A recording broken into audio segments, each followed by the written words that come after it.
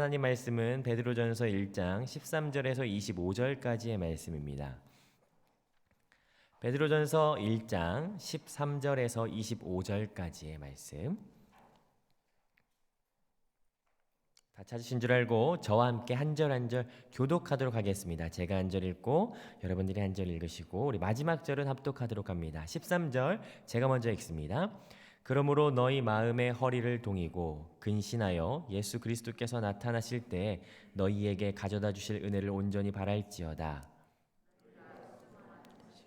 전에 알지 못할 때 따르던 너희 사역을 본받지 말고 오직 너희를 부르신 거룩한 이처럼 너희도 모든 행실에 거룩한 자가 되라. 기록되었을 때 내가 거룩하니 너희도 거룩할지어다 하셨느니라. 외모로 보시지 않고 각 사람의 행위대로 심판하시는 이를 너희가 아버지라 부른즉 너희가 나그네로 있을 때를 두려움으로 지내라. 너희가 일본이와 조상들이 물려준 헛된 행실에서 대속함 받은 것은 은이나 금같이 없어질 것으로 된 것이 아니요 오직 흠없고 점없는 어린 양 같은 그리스도의 보배로운 피로 된 것이니라. 그는 창세전부터 미리 알린 바 되시니 말씀이 너희를 위하여 나타나신 바 되었으니 너희는 그를 죽은 자 가운데서 살리시고 영광을 주신 하나님을 그리스도로 말미암아 믿는 자니 너희 믿음과 소망이 하나님께 있게 하셨느니라. 너희가 진리를 순종함으로 너희 영혼을 깨끗게 하여 거짓이 없이 형제 사랑하기를 마음으로 뜨겁게 서로 사랑하라. 너희가 거듭난 것은 썩어질 씨로 된 것이 아니요 썩지 아니할 씨로 된 것이니 살아있고 항상 있는 하나님의 말씀으로 되었느니라. 그 모든 공간 붉은 것 같으니 푸른 마르고 꽃은 함께 읽습니다. 오직 주의 말씀은 세세토록 있도다 하였으니 너희에게 전한 복음이 곧 이 말씀이니라. 아멘. 우리 개인적으로 각자 묵상하는 시간을 잠시 갖도록 하겠습니다.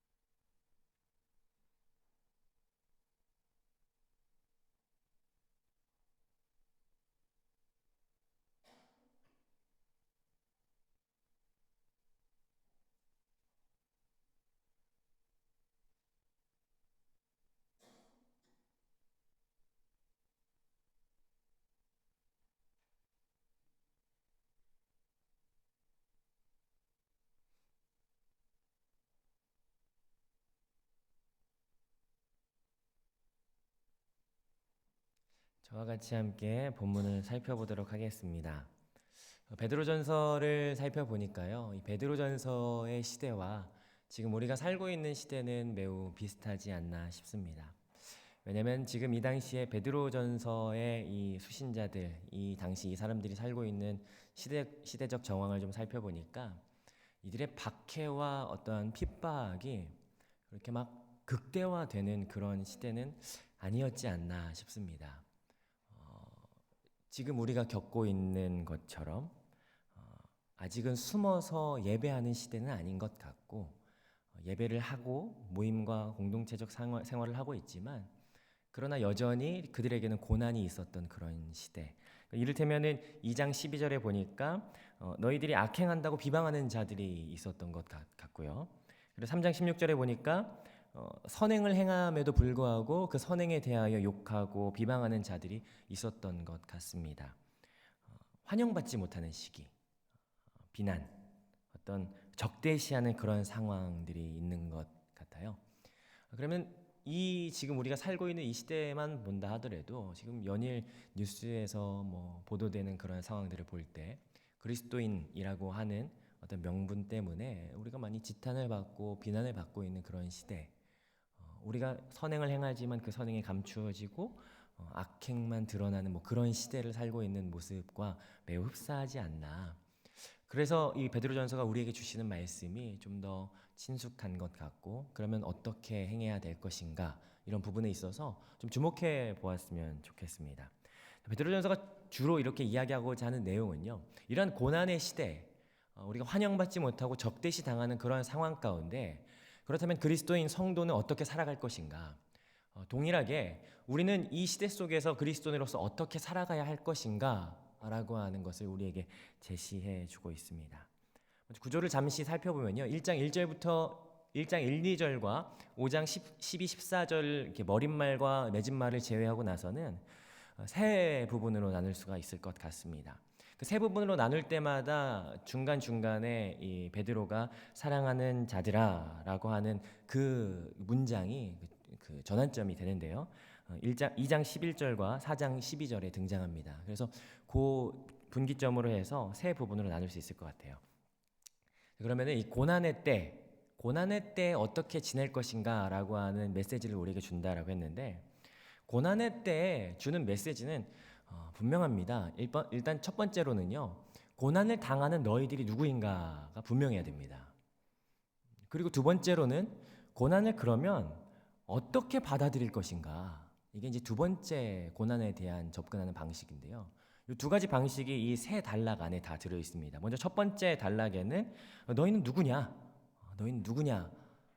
정답은 어제 이제 말씀을 들었으니까 구원받은 자들이다라고 하는 내용이 첫 번째 단락 1장 3절부터 2장 10절까지 안에 들어가 있고요. 두 번째 단락과 세 번째 단락은 아주 동일한 맥락 속에서 그렇다면 고난을 어떻게 받을 것인가, 우리를 적대시하는 세상 속에서 어떻게 지낼 것인가가 두 번째 단락의 주제가 되고, 그 답은 이제 인내해라가 이제 정답인데, 세 번째 단락에서는 그럼 어떻게 인내할 것인가, 이제 이 내용이 들어가 있습니다. 어제, 오늘, 내일 첫 번째 이번 주에는요, 같이 나눌 말씀이 첫째 단락 1장 3절, 그러니까 1장 1절부터 2장 10절까지에 있는 본문을 가지고 같이 함께 나눠 보도록 하겠습니다. 자, 어제는 고난받는 자들에 대한 정체성을 함께 나눴습니다. 우리들, 고난받는 이들의 정체성이 무엇이었습니까? 어제 보니까 1장 1절부터 2절 사이에 나타나는 정체성이 너희는 나그네다. 두 번째로는 너희는 택함받은 자들이다. 나그네와 택함받은 자들을 어떤 자들이라고 표현을 하냐면요, 너희는 믿음을 소유한 자들이다. 근데 그게 어떤 믿음이었습니까? 불로 연단해도 없어지지 아니할 그 믿음을 소유한 자들, 믿음을 소유한 자들인데, 그 믿음의 결국은 무엇이었습니까? 1장 9절에 나타나는데요, 믿음의 결국은 곧 영혼 구원이다. 그러니까 너희가 그 귀한 믿음을 소유하고 있는데 그 믿음을 통하여 너희에게 주어지는 놀라운 상급은 뭐냐면 구원이라는 거야. 그러니까 결론은 너희는 누구냐? 나그네와 택함 받은 자들인데 그들에게 얻어지는 아주 놀라운 것은 구원이다라는 거예요. 고난을 받고 있지만 너희들은 구원받은 자들이다. 그게 어제 말씀의 핵심이었습니다. 그러면 오늘 말씀은요, 너희가 구원받은 자들인데, 어제도 이제 말씀 가운데 말씀하셨어요. 구원도 중요하지만, 구원 물론 진짜 중요하지만 그만큼 중요한 건 뭐냐면 구원 이후의 삶이다. 오늘 말씀은 구원 이후에 어떠한 삶을 살아갈 것인가, 고난받는 시대 속에서 구원받은 자들로서 어떻게 살아갈 것인가? 이것이 오늘 말씀의 핵심이 되겠습니다. 이 말씀은 곧 우리에게도 적용되는 말씀이죠. 구원받은 자들로 오늘을 어떻게 살아갈 것인가? 고난의 시대를 살아가는 우리에게 그럼 어떤 자세로 살아가야 할 것인가? 이것이 오늘 우리에게 주시는 말씀입니다. 오늘 본문은 두 단락으로 구분될 수 있을 것 같아요. 13절부터 21절까지 한 단락, 22절부터 24절까지 한 단락. 13절부터 21절까지는요. 구원받은 자들로서 개인적으로 어떻게 살 것인가. 22절부터 24절까지는 그렇다면 공동체적 입장에서는 어떻게 살 것인가. 개인적인 입장과 공동체적 입장, 이 두 가지로 한번 구분해서 한번 말씀을 나눠보겠습니다. 13절부터 21절까지 개인적인 측면을 주장할 때에요. 오늘 베드로가 말하는 이 단락 가운데 명령형이 있습니다. 4가지 명령형이 있는데요. 명령문으로 구성되어 있고 너희가 이렇게 살아야 된다, 이렇게 하라 라고 이야기를 해요. 4가지인데요. 13절 먼저 은혜를 온전히 바라라. 두 번째는 14절 너희의 사욕을 본받지 마라. 15절에 거룩한 자가 되라. 17절에 두려움으로 지내라. 이것이 우리에게 개인적인 측면으로 구원받은 자들로서의 합당한 삶을 이야기하죠. 그렇다면 이게 각각 무엇을 이야기하는지 한번 살펴보도록 하겠습니다. 먼저 첫 번째는요. 13절에 나타납니다. 은혜를 온전히 바라라 라고 하고 있어요. 고난의 때든 고난의 때가 않든 변하지 않는 것은 뭐냐면 성도가 바라봐야 하는 것은 하나님의 은혜죠. 이것은 변함이 없습니다. 고난이라고 하는 상황이 온다 할지라도. 근데 이 고난의 때에 특별히 은혜를 바라는 자세가 13절에 기록되어 있어요. 13절 우리 같이 한번 앞에 부분만 한번 읽어보실까요? 읽어보겠습니다. 시작. 그러므로 너희 마음의 허리를 동이고 근신하여. 여기까지. 이게 자세예요. 자세. 첫 번째는 마음의 허리를 동이라. 두 번째는 근신하라 라고 하는 거예요. 그러니까 마음의 허리를 동이라 라고 하는 건 어떠한 의미일까요? 띠를 띠는 거죠. 허리띠를 띠는 거예요. 긴 옷이 나풀나풀거리지 않도록 허리띠를 잘 여미는 것을 말해요. 그런데 이게 지금 마음을 동이는 걸까요? 허리를 동이는 걸까요? 마음이요? 허리요? 좀 약간 맞지 않는 그런 단어죠. 이 의미가 어떠한 의미를 가지고 있냐면요. 출애굽기 12장 11절에 보니까 6월절에 너희가 허리를 동이고 음식을 먹는 거예요. 그러니까 누가복음 12장 35절에 보니까 재림을 기다릴 때 허리를 동이고 재림을 기다리라라고 이야기하고 있어요. 그러면 허리를 동이다라고 하는 의미가 뭘 가지고 있냐면 어떤 출발을 준비해라. 너희가 움직일 것을 대비하라. 뭐 그런 의미가 되겠죠. 근데 이들에게 주어진 그 정체성이 무엇이었습니까? 나그네였어요. 나그네에게 허리를 동이십시오라고 하는 건 어떤 의미가 될까요? 너희가 지금 딛고 있는 그곳이 너희들의 땅이 아니다. 너희들의 본향은 따로 있어. 떠날 채비를 해라 라고 하는 거. 그곳에 정들지. 나는 이 세상에 정들 수 없도다. 그것처럼 정들지 말고 떠날 준비, 출발 준비를 해라. 여행자들이 지금 이곳이 내 집이 아닌 것처럼 떠날 준비를 해라. 너희 마음의 허리를 동이라 라고 이야기하고 있고요. 두 번째는 근신하라 라고 하는 내용이에요. 근신하다 라고 하는 것을 좀 그 문자적으로 의역을 해보면요. 술 마시지 않은 것처럼 맑은 정신으로 있어라 라는 거예요.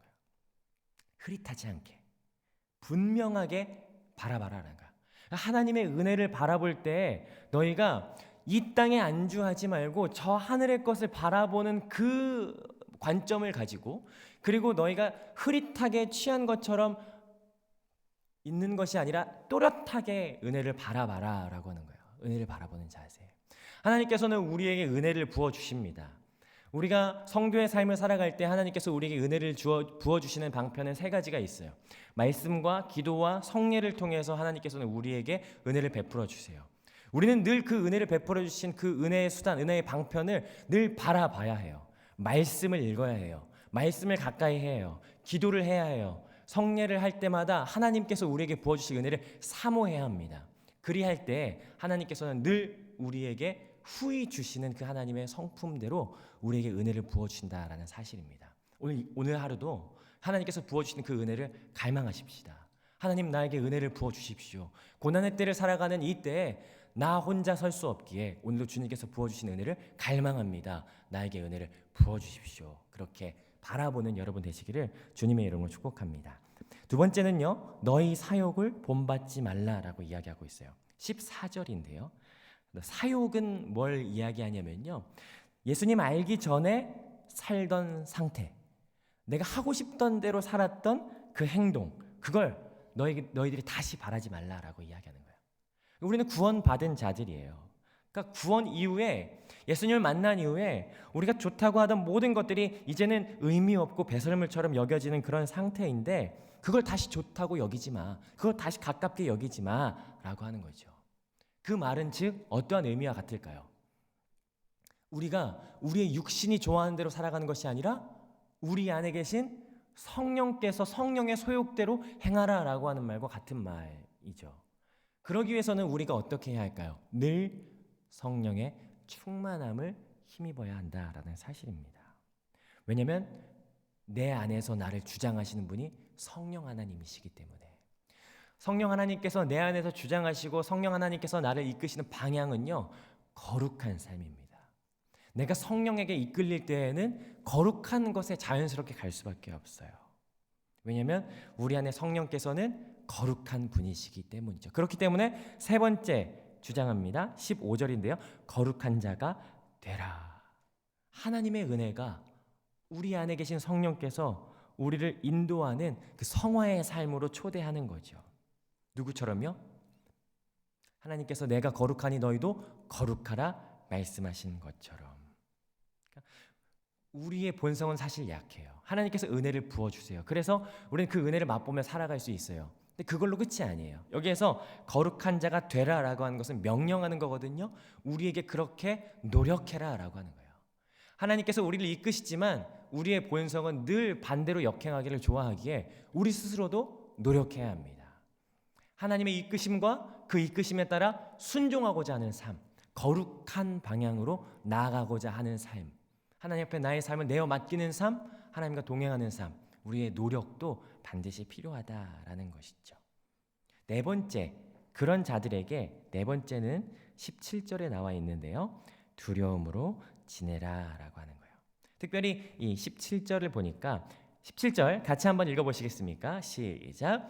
외모로 보시지 않고 각 사람의 행위대로 심판하시는 이를 너희가 아버지라 부른즉 너희가 나그네로 있을 때를 두려움으로 지내라라고. 하나님 어떤 분이라고 오늘 17절에 이야기하고 있죠? 심판하시는 분이랍니다. 행위대로 심판하시는 분이래요. 어떻습니까? 우리 두려움이 갑자기 확 밀려오시는 거죠. 특별히 여기서 행위대로 심판한다라고 할 때는요, 성경에 행위대로 심판하신다라고 하는 내용이 참 많이 드러나 있지만 여기에서는 행위, 단수입니다. 단수. 한 행위대로 심판하실 거야. 여기서 이야기하는 행위는 방향성이죠. 너희가 어떤 방향을 향해서 나아가는지 그 행위를 가지고 하나님 심판하실 것이다. 그렇다면 우리가 추구해야 되는 그 방향성은 무엇입니까? 거룩한 삶.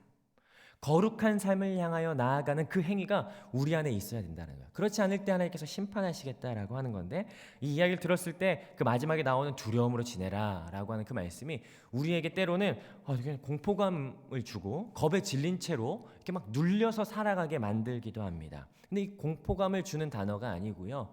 레위기 19장 3절에 보니까 부모를 공경해라라고 한 단어와 똑같은 단어거든요.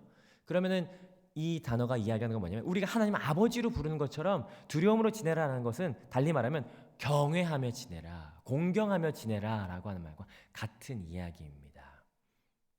자, 정리를 해보면 우리가 이 고난의 때를 살아갈 때 우리가 살아가야 되는 개인적인 태도는 뭡니까? 첫 번째는 은혜를 바라는 삶, 두 번째는 예수님 만나기 이전의 생활을 따르는 것을 버리는 삶, 사욕을 따르지 않는 삶, 세 번째는 거룩함을 향해 나아가는 삶, 네 번째는 두려움으로 지내는 삶이었어요. 자, 그러면 22절부터 24절 가운데 나타나 있는 그럼 공동체로서 살아가야 될 것은 뭘까요? 공동체로서 살아가야 될 방향성은 22절에 나와 있는데요. 한 가지입니다. 뜨겁게 사랑하라. 이게 우리 공동체가 살아가야 되는 고난의 때를 살아가는 방향성입니다. 뜨겁게라고 하는 건요, 막 이렇게 열렬하게 사랑해라, 뭐 이런 의미일 수도 있겠지만 의미를 표현하면요, 지속적으로 끊이지 않고라는 의미예요. 그러니까 뜨겁게라고 하는 것과 의미가 부합되기도 해요. 그러니까 진짜 뜨거운 건 뭐냐? 지속적으로 사랑하는 거야. 여러분은 뜨겁게 사랑하시는 분입니까? 아니면 밍밍하게 사랑하시는 분들이십니까? 우리 뜨겁게 사랑하는 분들이 돼야 돼요. 저도 그렇고요. 지속적으로 끊임없이 사랑해야 돼. 단순 한순간만 사랑하는 것이 아니라 그럼 상황과 사건, 사람에 따라서 뒤바뀌는 것이 아니라 쭉 사랑하는 것. 그러니까 하나님은 이 고난의 때를 혼자 견디도록 하지 않으셨어요. 공동체로서 같이 함께 서로 사랑하게, 공동체를 보듬고 공동체를 통해서 안아주는 그러한 삶을 살아갈 수 있도록 하셨죠. 우리 그러면 사랑할 수 있는 이유는 무엇입니까? 사랑할 수 있는 이유는 22절 너희가 진리에 순종하였기 때문에 너희가 깨끗하게 되어서, 그러니까 진리의 말씀이 어제 말씀과도 연결되는데 그 진리의 말씀이 우리를 거룩하게 하시기 때문에 그 거룩함으로써 나아갈 때 사랑할 수 있다라는 것을 이야기하는 것이죠. 사랑. 고린도전서 말씀과도 부합되기도 하죠. 우리가 모든 사역의 기초는 무엇입니까? 사랑의 은사. 너희가 천사의 말과 사람 그 놀라운 방언들과 통역을 한다 할지라도 사랑이 없으면 아무것도 아니다라고 하는 것처럼 공동체 안에 가장 중요한 사역의 기초는 사랑이라는 사실입니다. 말씀을 정리합니다. 오늘 고난의 때를 살아가는 성도들에게 필요한 개인적인 측면과 공동체적인 측면이 있습니다. 먼저는 우리가 은혜를 온전히 바라십시다. 그리고 썩어져가는 옛 구습을 따르지 않아야 돼요. 거룩함을 향해서 나아가야 해요. 공동체적으로는요, 뜨겁게 사랑하는 것이죠. 그것이 오늘 우리가 살아가는 그 방향성입니다. 구원받은 이로서 합당하게 하는 삶. 저와 여러분에게 놀라운 구원의 은혜를 허락하신 그 하나님을 찬양해요. 그리고 더불어서 이 구원받은 자들로서 구원에 걸맞는 자의 삶을 오늘도 살아가시는 여러분 되시기를 주님의 이름으로 축복합니다. 아멘. 우리 같이 함께 주신 말씀 가지고 같이 한 두 가지 제목으로 함께 기도하기를 원합니다. 먼저 첫 번째 기도 제목은요, 우리 진리의 말씀 안에서 하나님 우리가 뜨겁게 사랑하게 해주십시오. 사실은 우리가 우리 힘으로 사랑할 수 없습니다. 왜냐하면 우리는 내 자신도 사실 사랑하기 어렵거든요. 내 자신도 사랑하기 어려운데 어떻게 남을 사랑할 수 있겠습니까? 여전히 하나님의 은혜가 필요하죠. 그러기 위해서 우리가 주목해야 할 것은 오늘 성경이 이야기합니다. 진리를 주목하는 거예요. 교회가 진리 안에 거하고 하나님 말씀 앞에 서 있다면 자연히 뜨겁게 사랑할 수밖에 없습니다. 그렇기 때문에 오늘 우리가 같이 기도할 것은요, 이 교회 공동체를 위해서 기도할 때 하나님 우리가 비진리 위에 거하지 아니하고 썩지 아니할 것 영원한 하나님의 말씀 위에 든든히 서게 하여 주시옵소서. 하나님 말씀으로 진리로 더욱더 든든케 되는 하나님 그러한 공동체가 말씀 공동체가 되게 하여 주시옵소서라고 이 시간 같이 함께 이 교회 공동체를 기억하면서 우리가 속한 공동체 순을 기억하면서 함께 말씀 위에 서기를 함께 간구하며 기도하겠습니다. 하나님 감사합니다. 하나님 오늘도 주님 주신 말씀 위에 든든하게 서게 하여 주시옵소서. 하나님 우리가 속한 이 공동체가 하나님 남산 교회가 우리가 속한 순이 각 부서가 하나님 모든 팀들이 하나님 말씀 위에 서게 하여 주시옵소서. 하나님 그러할 때 뜨겁게 사랑할 줄 믿사오니 하나님 우리가 먼저 말씀 위에 거하게 하시고 하나님 우리가 먼저 말씀 가운데 굳건하게 서게 하여 주시옵소서. 썩지 아니할 건 변하지 아니한 하나님 영원한 진리에 서기를 원합니다. 하나님 영원하신 반석에 서기를 소망하나니 하나님 우리를 진리 위에 든든히 굳건하게 세워 주시옵소서.